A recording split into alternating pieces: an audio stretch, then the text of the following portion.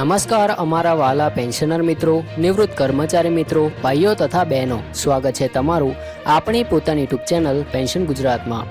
તો સૌપ્રથમ આપનું સ્વાગત છે આપણી ચેનલમાં। અને મિત્રો, આજે તારીખ છે 6 જુલાઈ 2026 અને આજે આપણે એક એવા વિષય પર વાત કરવા જઈ રહ્યા છીએ જેના વિશે છેલ્લા કેટલાક દિવસોથી સોશિયલ મીડિયા પર ખૂબ જ ચર્ચા ચાલી રહી છે।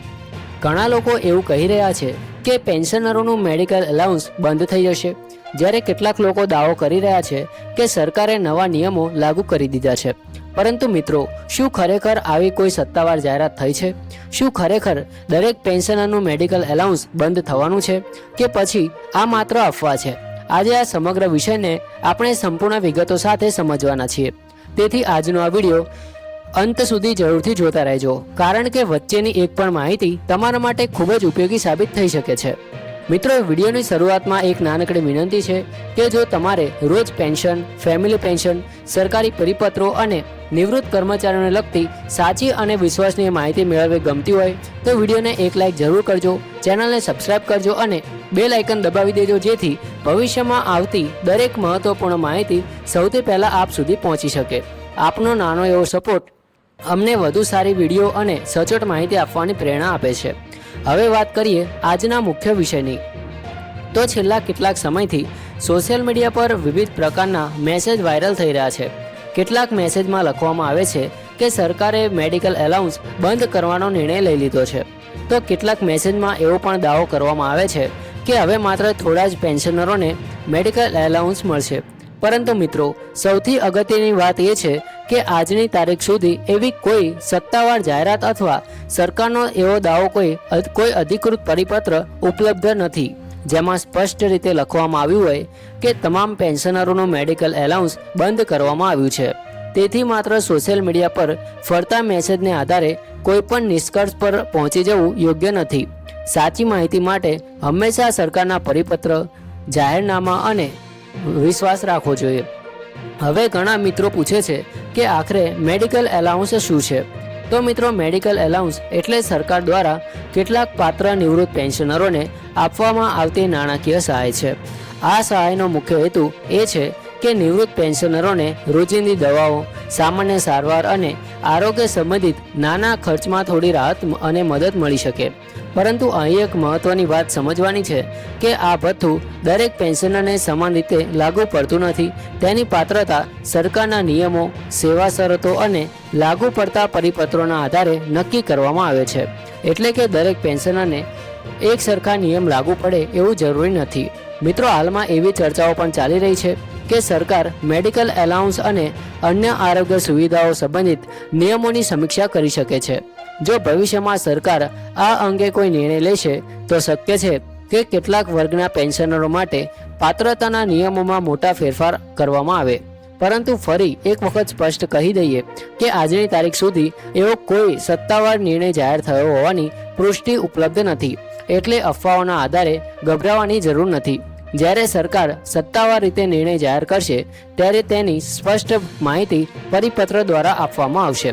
મિત્રો, એક બીજી મહત્વપૂર્ણ માહિતી પણ સમજવી જરૂરી છે। ઘણા એવા પેન્શનરો છે જેઓ સરકાર દ્વારા આપવામાં આવતી અન્ય આરોગ્ય સુવિધાઓનો લાભ લઈ રહ્યા હોય। આવા કિસ્સામાં મેડિકલ એલાઉન્સ સંબંધિત નિયમો અલગ હોઈ શકે છે, એટલે દરેક પેન્શનર માટે એક સરખી વ્યવસ્થા હોય એવું માની લેવું યોગ્ય નથી। કોઈ વ્યક્તિને મળતી સુવિધા અને બીજી વ્યક્તિને મળતી સુવિધા વચ્ચે તફાવત હોઈ શકે છે, કારણ કે તે તેમના નિયમો અને પાત્રતા પર આધારિત હોય છે। તેથી કોઈ એક વ્યક્તિના અનુભવને આધારે તમામ પેન્શનરો માટે એક સરખો નિર્ણય થયો છે એવું માનવું યોગ્ય નથી। હવે જો ભવિષ્યમાં સરકાર કોઈ નવો પરિપત્ર બહાર પાડશે તો તેમાં કેટલીક બાબતો ખૂબ જ સ્પષ્ટ રીતે જણાવવામાં આવશે, જેમ કે કયા પેન્શનરો પર નવા નિયમોની અસર પડશે, નવા નિયમો કઈ તારીખથી અમલમાં આવશે, જો કોઈ અરજી કરવાની જરૂર પડશે તો તેની પ્રક્રિયા શું રહેશે, કયા દસ્તાવેજોની જરૂર પડશે અને મેડિકલ એલાઉન્સ ચાલુ રહેશે કે તેમાં કોઈ ફેરફાર કરવામાં આવશે। એટલે જ્યારે સુધી આવી સત્તાવાર માહિતી બહાર ન આવે ત્યાં સુધી માત્ર સોશિયલ મીડિયા પર ફરતા મેસેજને આધારે કોઈ નિર્ણય લેવાની જરૂર નથી। મિત્રો, ઘણી વખત આપણે જોયું છે કે સોશિયલ મીડિયા પર કોઈ પણ માહિતી ખૂબ ઝડપથી વાયરલ થઈ જાય છે, પરંતુ દરેક વાયરલ મેસેજ સાચો હોય એવું જરૂરી નથી। તેથી જો કોઈ વ્યક્તિ તમને કહે કે મેડિકલ એલાઉન્સ સંપૂર્ણપણે બંધ થઈ ગયું છે અથવા આવતીકાલથી કોઈને મળશે નહીં, તો સૌથી પહેલાં તેની સત્તાવાર પુષ્ટિ જરૂર તપાસજો. સરકારનો અધિકૃત પરિપત્ર, ટ્રેઝરી વિભાગ અથવા સંબંધિત પેન્શન વિભાગ દ્વારા આપવામાં આવેલી માહિતી જ વિશ્વસનીય ગણાય છે. અફવાઓના કારણે ગભરાઈ જવાની જગ્યાએ સચોટ માહિતીની રાહ જોઈ વધુ યોગ્ય રહેશે. જો તમે નિવૃત્ત પેન્શનર છો અથવા તમારા પરિવારમાં કોઈ નિવૃત્ત પેન્શનર છે, તો સમયાંતરે તમારા પેન્શન સંબંધિત તમામ દસ્તાવેજો તપાસતા રહો.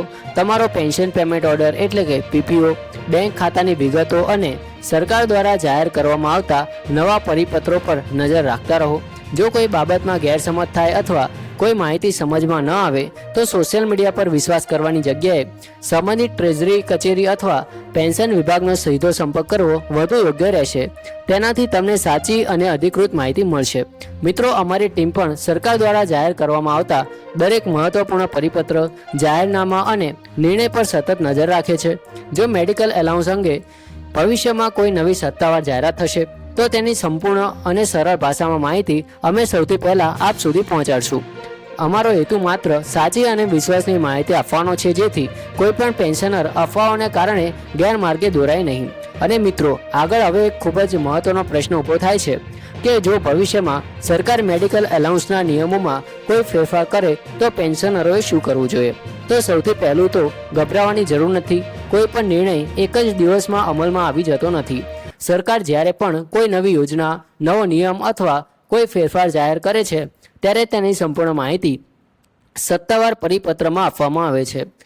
તેમાં સ્પષ્ટ લખવામાં આવે છે કે કયા પેન્શનરોને તેની અસર થશે, કઈ તારીખથી નવા નિયમો લાગુ પડશે અને જો કોઈ કાર્યવાહી કરવાની જરૂર હશે તો તે કેવી રીતે કરવાની રહેશે. એટલે સોશિયલ મીડિયા પર ફરતા સંદેશાઓને આધારે કોઈ ઉતાવળમાં નિર્ણય લેવો યોગ્ય નથી. મિત્રો, ઘણી વખત એવું પણ બને છે કે એક રાજ્યના નિયમોને લઈને આવેલી માહિતી બીજા રાજ્યના પેન્શનરો સુધી પહોંચી જાય છે. ત્યારબાદ ઘણા લોકો એવું માની લે છે કે હવે આપણા રાજ્યમાં પણ એ જ નિયમ લાગુ થઈ ગયો છે. પરંતુ દરેક રાજ્યના પોતાના નિયમો અને પોતાની વ્યવસ્થા હોય છે. તેથી કોઈ પણ માહિતી વાંચતા કે સાંભળતા પહેલાં એ ચોક્કસ તપાસજો કે માહિતી ખરેખર તમારા રાજ્ય અને તમારા વિભાગને લાગુ પડે છે કે નહીં. આ નાની એવી સાવચેતી તમને મોટી ગેરસમજમાંથી બચાવી શકે છે. મિત્રો, આવનારા દિવસોમાં સરકાર મેડિકલ એલાઉન્સ અંગે કોઈ નવી જાહેરાત કરશે તો શક્ય છે કે તેમાં કેટલાક નવા માપદંડ નક્કી કરવામાં આવે, જેમ કે કયા પેન્શનરોને મેડિકલ એલાઉન્સ મળશે, કયા પેન્શનરોને અન્ય આરોગ્ય સુવિધાઓનો લાભ મળશે અને અથવા કોઈ નવી વ્યવસ્થા અમલમાં મૂકવામાં આવશે. પરંતુ હાલમાં આ બધી બાબતો માત્ર ચર્ચાના વિષય છે. જ્યાં સુધી સરકાર તરફથી અધિકૃત પરિપત્ર બહાર ન પડે ત્યાં સુધી કોઈ પણ બાબતને અંતિમ સત્ય તરીકે સ્વીકારવું યોગ્ય નથી.